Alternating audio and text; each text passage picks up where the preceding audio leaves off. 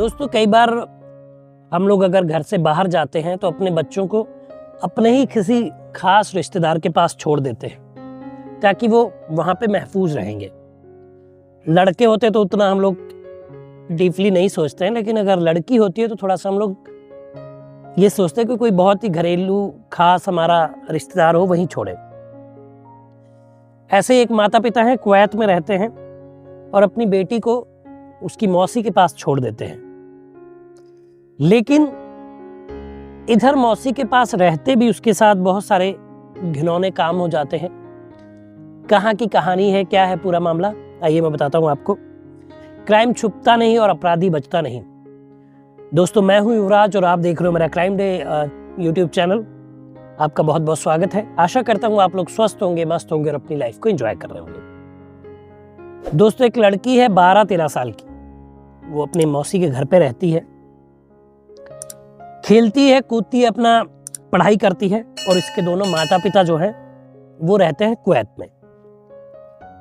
अब इधर इनका मौसी के यहाँ ही एक रिश्तेदार रहता है जो 59 साल का व्यक्ति है, यानी कि 59 ईयर्स का, और वो विकलांग है।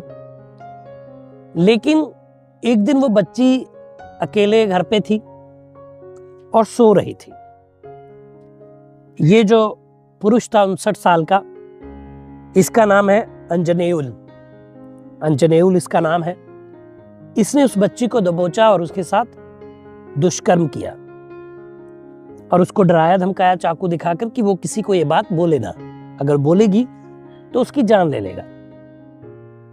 अब बेटी के भरण पोषण के लिए माता पिता जो कुवैत में जॉब करते थे वो पूरा पैसा भेजते थे और चाहते थे कि उनकी बेटी सुरक्षित और अच्छे से रहे, पढ़ाई करे, क्योंकि कुछ सालों की बात थी, वो वापस आने वाले थे कि वहां से 4 पैसे कमा के यहाँ अपना सेटल हो जाएंगे। लेकिन उनको नहीं मालूम था कि उनकी बेटी के साथ क्या दुराचार यहां पर हो रहा था।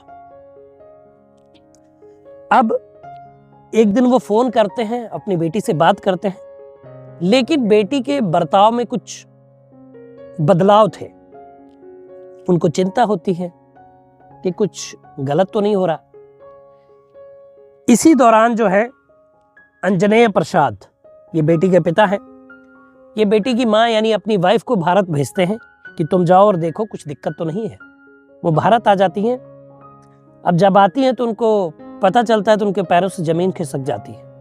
उनको पता चलता है कि अंजनेयुल जो 59 साल का व्यक्ति है और हैंडीकैप्ड है और विकलांग है, वो उनकी बेटी के साथ दुराचार करता है, यानी कि दुष्कर्म करता है, रेप करता है। इस बात से वो परेशान हुई। उन्होंने पति को फोन किया कि ऐसा ऐसा मामला है। पति कहते कि तुम तुरंत जो है बच्ची को लेकर पड़ोस के थाने में जाओ और शिकायत दर्ज कराओ। लेकिन पुलिस का वही रवैया, चाहे उत्तर प्रदेश हो, चाहे बिहार हो, चाहे मध्य प्रदेश हो, चाहे कर्नाटक हो, चाहे बेंगलोर हो, कुछ भी हो, अपनी जिम्मेदारियों का निर्वाह न करना और अपनी जिम्मेदारियों से भागना। जब ये बच्ची को लेकर जाती हैं तो वो लोग टाल मटोल करते हैं। वो समझ जाती है कि न्याय हमको यहाँ से नहीं मिलेगा। वो वापस आती है और अपने पति को बताती है कि मैं थाने गई थी, वहाँ पे ऐसा ऐसा हुआ, उन्होंने बदसलूकी की और सहयोग नहीं दिया। अब अंजनेय को ये बात बहुत बुरी लगती है और दिसंबर के पहले हफ्ते में वो भारत चला आता है। भारत आता है। भारत आने के बाद वो अंजनेय 6 और 7 दिसंबर की रात, यानी कि 6 की रात और 12 बजे के बाद 7 शुरू हो गया। उसी दौरान वो पाता है कि अंजनेयुल जो है वो बिस्तर पे सोया हुआ है। अब उसको पता था कि न्याय मिलना नहीं है, जैसा कि आपने अभी पहले वीडियोस में देखा ही है कि अतुल सुभाष को न्याय नहीं मिला और उन्होंने सुसाइड किया। तो वो जानता था कि न्याय मिलेगा नहीं। न्याय की प्रक्रिया इतनी लंबी है कि आदमी जवान होके बूढ़ा होके मर जाएगा, शायद न्याय ना मिले। बहुत कम केसेस हैं कि न्याय मिल जाए। ये बड़ी एक गंभीरता का विषय है और बहुत ही कठिन ये बात है कि इस समय इस पे चर्चा हो रही है कि कोई भी न्यायपालिका का अगर जज है या वो है, घूसखोरी और सारी चीज़ें हो रही हैं, तो जो मेन जज ही घूस लेने लग गए तो कैसे काम होगा। लौटते हैं कहानी पर। तो अंजनेय को यह पता था कि इंसाफ नहीं मिलेगा, इंसाफ उसे खुद करना पड़ेगा।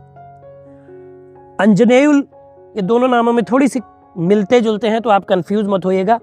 अंजनेयुल 59 साल का व्यक्ति जो हैंडीकैप्ड है, वो कल्प्रिट है, वो गुनहगार है जिसने बच्ची के साथ रेप किया। अंजनेय प्रसाद जो है वो पिता है लड़की का। अंजनेय देखता है कि ये सोया हुआ, वो रॉड उठाता है लोहे की और उस पर ताबड़तोड़ वार करता है, उसको मौत के घाट उतार देता है। मौत के घाट उतारने के बाद वो भाग जाता है और पुनः वापस कुवैत चला जाता है।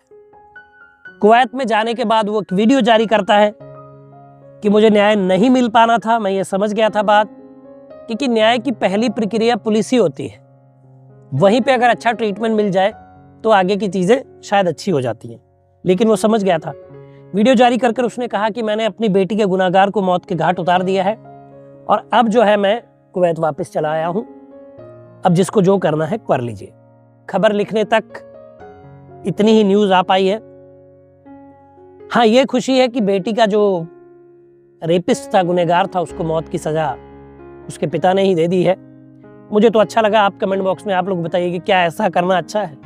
मेरे ख्याल से तो अच्छा ही है, क्योंकि जब उस गुनाह के लिए, उस क्राइम होने के बाद उसके लिए लटकना पड़े सालों इंसाफ के लिए, तो खुद ही शायद ऐसा कर दूं तो मुझे लगता है बेहतर है।